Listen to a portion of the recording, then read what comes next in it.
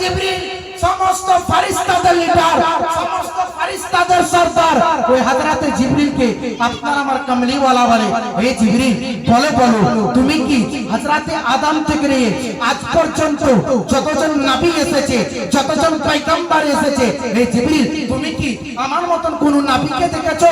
হযরত জিবরিল বলে, ওয়ালা জিবরিল কাল্লামতু ওয়া মাশরিকাল আরদি ওয়া মাগরিবাহা ওয়া আলা রাসূল আফজালু মিন মুহাম্মদ সাল্লাল্লাহু তাআলা আলাইহি ওয়াসাল্লাম। হযরত জিবরিল বলে, নবী গো খোদার কসম করে বলি আমি জিবরিল পশ্চিম দিক থেকে নিয়ে পূর্ব পর্যন্ত আমি ঘুরে দেখলাম, কিন্তু শেষ নবীর মতন সুন্দর এবং ভালো দেখতে পেলাম না। জোরে বলো, আরে জোরে বলো সুবহানাল্লাহ।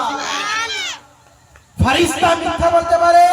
এই কথা বলেন, ফেরেশতা মিথ্যা বলতে পারে না।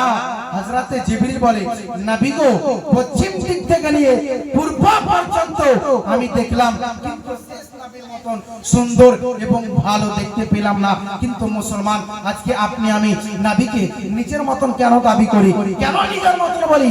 শুধু এটাই নয়, আসল হযরত আলী মুশকিল কুশা হায়দার কাররার তিনি বলছেন মিশকাত শরীফের হাদিস কি লাম আকামরাহু আলা বাদাহু মিসলাহু, নবীর মতন আল্লাহ তাআলা না নবীকে সৃষ্টি করার মতন কোন বান্দাকে বানাচ্ছেন না। নবী মুস্তাফা দুনিয়াতে আসার পূর্বে কোন বান্দাকে নবীর মতন বানাচ্ছেন। জোরে বলুন সুবহানাল্লাহ। নবীর মতন বানাইনি, পরিষ্কার ভাবে বুঝা গেল।